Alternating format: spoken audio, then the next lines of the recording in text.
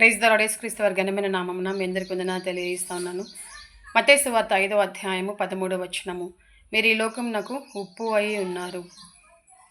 రక్షించబడిన మనము, దేవుని చేత పిలువబడిన మనము, దేవుని చేత ఏర్పరచబడిన మనము, విశ్వాసమైన మనము, దేవుడు నీతో నాతో చెప్తున్న మాట ఏమిటంటే, మీరు ఈ లోకమునకు ఉప్పుగా ఉండాలి. ఉప్పు రుచిని ఇస్తుంది.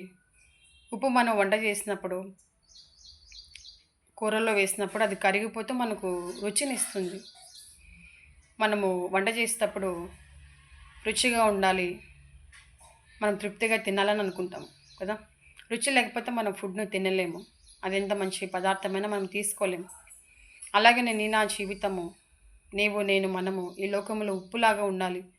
రుచికి ఇచ్చేవారుగా, అందరికీ మేలు కలిగించేవారుగా, అందరికీ క్షేమం ఇచ్చేవారుగా, మన ద్వారా మేలు జరగాలి, కీడు జరగకూడదు. మన జీవితం ఉప్పులాగా ఉండాలని దేవుని యొక్క ఉద్దేశం. మన జీవితం ఉప్పుతో పోల్చాడు దేవుడు. ఉప్పు రుచినిస్తుంది, తృప్తినిస్తుంది. చూడు, రుచి లేకపోతే మనం ఏ భోజనాన్ని కూడా తృప్తిగా తీసుకోలేం. కాబట్టి మన జీవితం రుచిగా ఉండాలి, ఉప్పులాగా ఉండాలి. మన జీవితము అందరికీ మేలు కలిగించే విధంగా, క్షేమం కలిగించే విధంగా, ఇతరులకు సహాయపడే విధంగా ఉండాలి. మన జీవితంలో రుచి ఉండాలి. అంత మాత్రమే కాదు, దేవుని వాక్యంలో రాయబడుతూ వచ్చింది ఇంకొక మాట, మీ సంభాషణ ఉప్పు వేసినట్లుగా.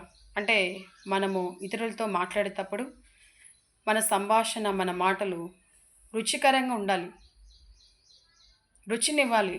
మనం మాట్లాడుతూ ఉంటే ఆదరణ కలగాలి ఇతరులకు. మనం మాట్లాడితే ఇతరులకు క్షేమం కలగాలి. మనం మాట్లాడితే ఇతరులకు సమాధానం కలగాలి. మనం మాట్లాడితే ఇతరులకు కృపాక్షేమం కలగాలి. అలాంటి మాటలు మనం మాట్లాడలేని దేవుని యొక్క ఉద్దేశం.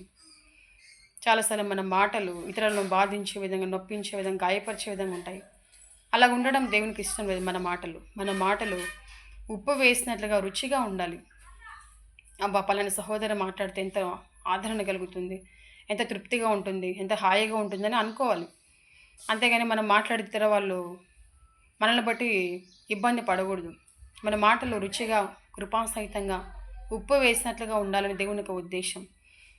క్షేమం కలిగించే మాటలు మనం మాట్లాడాలి. మన జీవితం ద్వారా దేవునికి మహిమ కలగాలి.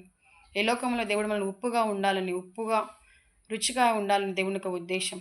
అట్లు మన జీవితము ఉప్పు వలె రుచినిచ్చేదిగా, ఇతర వాళ్ళకు క్షేమం కలిగించే మాటలు, మన సంభాషణ ఇతరులకు మేలుకరంగా మనం మాట్లాడినట్లుగా, అట్లా మన మాటలు ఉండాలని దేవుని యొక్క ఉద్దేశం. అట్లా మనం జీవించినట్లుగా దేవుని సహాయం మనకు దయచేయునుగాక. ఆమేన్.